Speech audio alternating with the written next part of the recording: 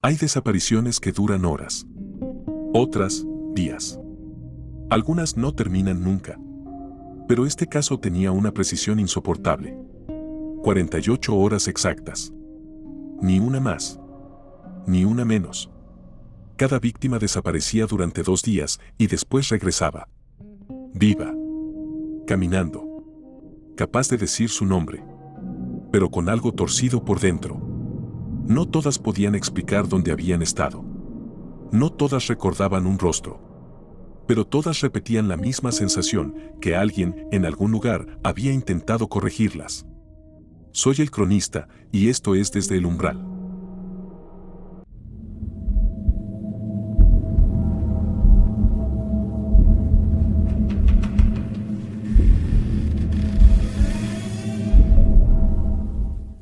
El archivo llegó con una carpeta gris, 4 fotografías tamaño carnet, transcripciones de entrevistas incompletas y una nota de una sola línea: no las mata. Las devuelve. 4 mujeres. 4 desapariciones. Mismo rango de edad. Mismo radio urbano. Mismo intervalo de ausencia. 48 horas. No había pedidos de rescate. No había comunicación del captor. No había pruebas claras del lugar de cautiverio. Lo único que se repetía con precisión clínica era el tiempo. Y en los expedientes, esa clase de precisión nunca es casual. Es firma. Es método. Es alguien tratando de imponer orden sobre otros cuerpos. La víctima que abre este archivo se llama Abril Soria. 24 años. Estudiante de diseño. Trabajaba a media jornada en una librería. Desapareció un jueves a las 7:12 de la tarde, saliendo de una parada de colectivo a 6 cuadras de su casa. La cámara de un kiosco la muestra caminando bajo una lluvia leve, mochila al hombro, auriculares puestos, doblando por una calle lateral. Después de eso, nada. Ni forcejeo visible. Ni vehículo identificado. Ni testigos confiables. 48 horas después, volvió. Apareció sentada en el banco trasero de una plaza de barrio a las 7:12 exactas del sábado. Mojada. Sin heridas graves. Sin teléfono. Y con una frase que pronunció antes de reconocer a su propia madre: todavía no terminé. Abril no era la primera. Antes de ella habían desaparecido otras 3 mujeres en los últimos 11 meses. Natalia Funes, 26. Carla Miret, 22. Luciana Otero, 29. Las 3 reaparecieron después de exactamente 48 horas. En espacios públicos. Visibles. Como si el secuestrador no quisiera ocultar su devolución, sino asegurarse de que fuera vista. Todas volvieron físicamente estables. Pero ninguna volvió del todo igual. Una dejó de usar espejos durante semanas. Otra cambió la forma de ordenar su ropa. La tercera no soportaba escuchar su propio nombre dicho en voz alta. No eran síntomas espectaculares. Eran alteraciones mínimas. Como si alguien hubiera reacomodado partes invisibles de ellas sin terminar bien el trabajo. Cuando los investigadores hablaron con Abril, ella podía responder preguntas básicas. Nombre. Edad. Fecha. Pero al llegar al cautiverio, el discurso se volvía raro. No fragmentado por golpe o droga. Estructurado de una manera demasiado limpia. Dijo que había estado en un cuarto sin ventanas. Blanco. No hospitalario. No doméstico. Solo blanco. Había una silla. Una mesa. Una jarra con agua. Y una voz masculina que nunca gritó. Nunca la tocó con brutalidad. Nunca corrió. Nunca perdió la paciencia. Eso fue lo que más incomodó a quienes la entrevistaron. No hablaba como una víctima de un secuestro caótico. Hablaba como alguien sometida a un procedimiento. Abril no recordaba el rostro. Dijo que siempre había sombra. O una luz detrás. O algo que la hacía apartar la vista. Pero sí recordaba una frase. La misma, repetida varias veces durante las 48 horas. No te voy a lastimar si dejas de mentir. Abril negó haber sabido a qué mentira se refería. El problema es que las otras 3 víctimas también recordaban frases parecidas. Natalia dijo, dime cómo fue de verdad. Carla recordó, cuando puedas decirlo bien, te vas. Luciana, no vuelvas a empezar desde la parte falsa. Ahí el caso dejó de parecer un secuestro por oportunidad. Empezó a parecer una compulsión. Una necesidad de corrección. No física. Narrativa.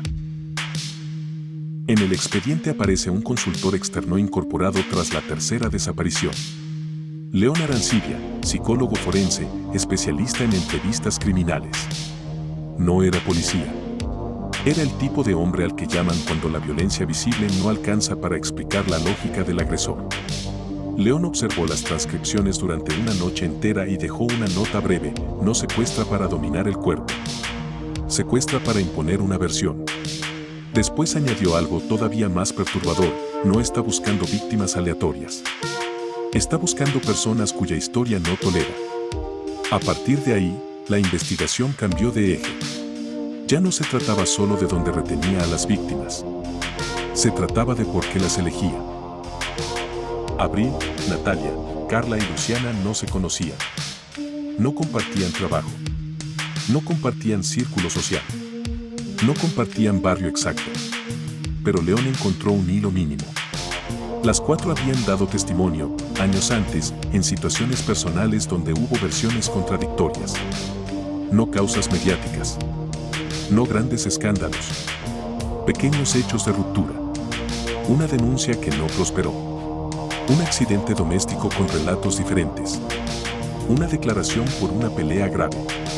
Un episodio familiar con vacíos de memoria. El punto no era si habían mentido. El punto era que, en algún momento de sus vidas, su relato había sido discutido. Y para alguien obsesionado con la versión correcta, eso bastaba. León no describió al agresor como un sádico clásico. Lo describió como alguien ritualista. Metódico. Probablemente inteligente. Con una necesidad insoportable de ordenar el relato ajeno. Alguien para quien las contradicciones no son parte natural de la memoria humana, sino contaminación. Sugirió que el cuarto blanco no era solo un lugar físico. Era una extensión de la mente del secuestrador. Un espacio sin distracciones. Sin historia. Un sitio donde la víctima pudiera ser reducida a una sola función, repetir su versión hasta que a él le pareciera limpia. Y esa idea asusta más que una escena de violencia abierta. Porque habla de alguien que no quiere matar. Quiere reescribir. Hubo un detalle menor que terminó siendo crucial. Las cuatro víctimas mencionaron agua. No sed extrema. No privación. Agua servida siempre del mismo modo. En la misma jarra. En el mismo vaso bajo. Abril dijo que el agua tenía gusto a caño antiguo. Carla recordó una bandeja de metal raspada. Natalia mencionó una mancha ovalada en la mesa, como de vaso repetido durante años. León escribió al margen de ese patrón: no improvisa. Usa siempre el mismo cuarto. Eso significaba dos cosas. Una buena y una terrible. La buena, el lugar existía. La terrible, el lugar había sido preparado para más de una vez. En un nuevo encuentro, León probó algo delicado. Reprodujo para Abril una grabación vacía, diseñada solo para medir reacción. No había voz. No había amenaza. Solo ambiente de sala blanca reconstruido artificialmente. Ventilación leve. Una silla. Agua servida. Abril se mantuvo entera durante 12 segundos. Después pidió que lo apagaran. Dijo dos frases seguidas, casi sin respirar: no me dejen empezar de nuevo. Y luego, él escuchaba cuando me quedaba callada. Esa frase reordenó todo. El secuestrador no necesitaba palabras para controlar. También trabajaba sobre los silencios. Esperaba. Medía. Corregía desde la pausa. La noche posterior a la segunda entrevista, la línea de emergencias recibió una llamada de 12 segundos. Sin identificación clara. Sin pedido. Solo una respiración masculina estable. Y al final una frase, la cuarta todavía mezcla.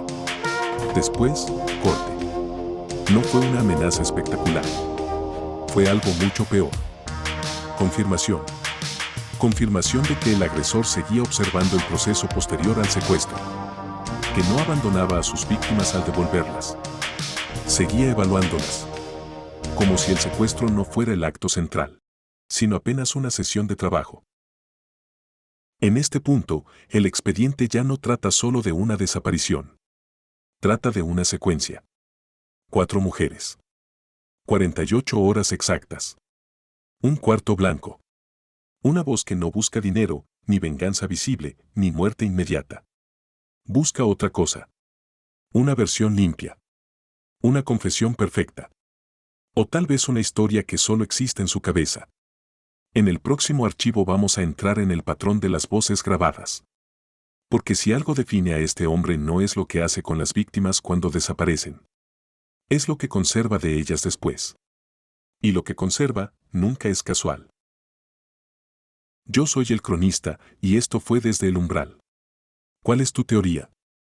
Si alguien te encerrara durante 48 horas para obligarte a repetir tu propia historia, ¿en qué momento empezarías a dudar de tu propia versión? Si quieres que abramos el archivo Umbral 023, suscríbete y acompáñame al siguiente umbral.